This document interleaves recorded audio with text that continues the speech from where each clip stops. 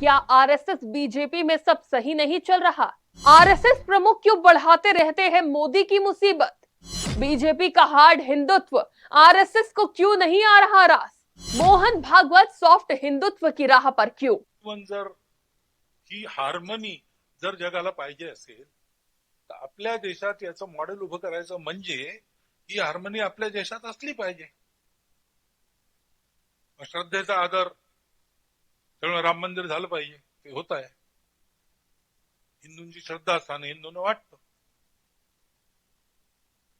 परंतु असं केलं म्हणजे हिंदूमध्ये नेता होता येतं म्हणून किंवा अतिरेकी भूतकाळाच्या ओझ्याच्या परिणामामुळे अतिरेकी तिरस्कार, द्वेष, शत्रुता, संशय याच्या पोटी रोज एक नवीन प्रकरण काढणे हे कसं चालेल? हे नाही चालणार. शेवटी आपण आपलं सोल्युशन काय आहे? जगाला आपल्याला दाखवायचं आहे की आपण सगळे एकत्र नांदू शकतो. आपल्या देशात त्याचा छोटासा प्रयोग झाला पाहिजे. तो प्रयोग करताना आहेत आमच्या या सगळ्यांना सामावून घेणाऱ्या अनेक पंथ संप्रदायांच्या विचारधारा आमच्या इथे आहेत. आता काही बाहेरूनही आल्या आहेत ज्यांच्यामध्ये चुकीनी का होईना पण कट्टरपणाची परंपरा आहे.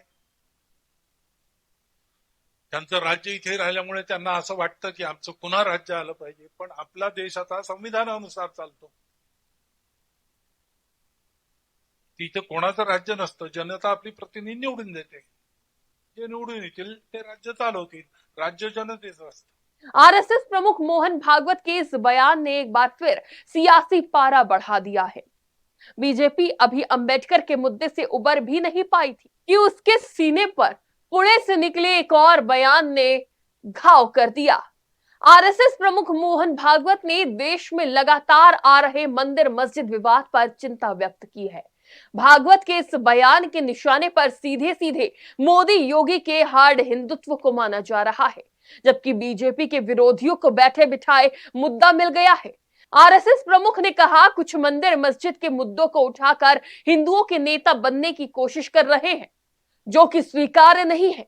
भागवत ने कहा कि अयोध्या में राम मंदिर के निर्माण के बाद कुछ लोगों को ऐसा लग रहा है कि वो ऐसे मुद्दों को उठाकर हिंदुओं के नेता बन सकते हैं. भागवत के इस बयान को सीधे उत्तर प्रदेश में संभल की जामा मस्जिद, हरिहर मंदिर विवाद, बदायूं जामा मस्जिद, नीलकंठ महादेव मंदिर विवाद, जौनपुर की अटाला मस्जिद, अटला देवी मंदिर विवाद से जोड़कर देखा जा रहा है. मोहन भागवत ने इसके आगे और भी जो कहा उसने बीजेपी की परेशानी पर और भी बल डाल दिया है. भागवत ने कहा अब देश संविधान के अनुसार चलता है. इस व्यवस्था में लोग अपने प्रतिनिधि चुनते हैं जो सरकार चलाते हैं. आधिपत्य के दिन चले गए. भागवत ने साफ कहा कि अगर सभी खुद को भारतीय मानते हैं तो वर्चस्व की भाषा का इस्तेमाल क्यों किया जा रहा है.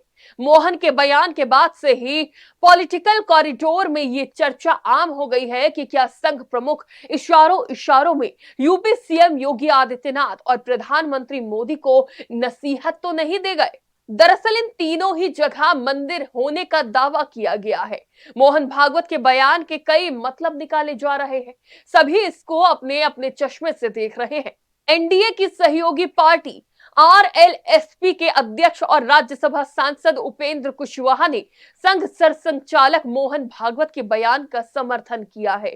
कुशवाहा ने कहा कि कोई भी ऐसा मुद्दा जिससे समाज में तनाव पैदा हो या समाज का ताना बाना खराब हो, उसको छेड़ने से बचना चाहिए. जिस काम का इंटेंशन ही समाज में तनाव पैदा करना हो, उससे बचना चाहिए. झारखंड मुक्ति मोर्चा की सांसद महुआ माझी ने कहा कि मोहन भागवत जी ने जो बात कही है वो तो ठीक है, लेकिन जिस तरह से बीजेपी, आरएसएस और वीएचपी के लोग देश भर में जगह जगह मंदिर ढूंढ रहे हैं, यह हमारे देश की सामाजिक ताना बाना को बेहद नुकसान पहुंचाने वाला कदम है. लेकिन उससे भी बड़ी बात यह है कि क्या मोहन भागवत के इस बयान के बाद ऐसी घटनाएं रुकेंगी और भागवत जी के इस बयान पर ये लोग कितना अमल करते हैं, ये भागवत जी के बयान से ज्यादा महत्वपूर्ण होगा. समाजवादी पार्टी के नेता राम गोपाल यादव ने कहा कि मोहन भागवत जी ने सही कहा है, लेकिन उनकी बात मानता कौन है, ये ज्यादा महत्वपूर्ण है, क्योंकि उनकी बात कोई नहीं मानता. कांग्रेस सांसद विवेक तन्खा ने कहा कि मोहन भागवत जी ने जो कहा है वो सही कहा है, लेकिन सबसे बड़ा सवाल ये कि क्या मोहन भागवत जी की बात अब बीजेपी के लोग नहीं सुन रहे हैं? क्या मोहन भागवत जी निरर्थक हो गए हैं? ये तो बहुत बहुत गंभीर बात है। इसका जवाब जरूर इन लोगों को देना चाहिए।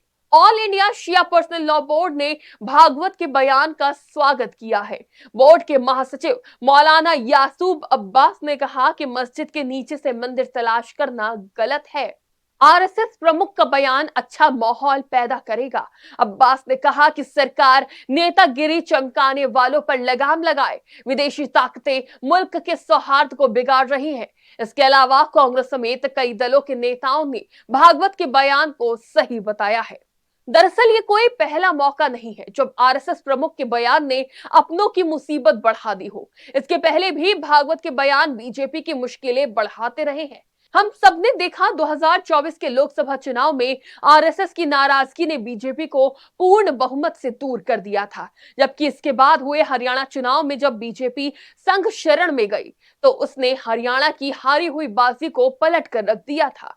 ऐसे में संघ प्रमुख का बयान हार्ड हिंदुत्व की राह पर सरपट भाग रही भाजपा के लिए स्पीड ब्रेकर का काम तो करेगा ही। डेस्क रिपोर्ट, आज की खबर।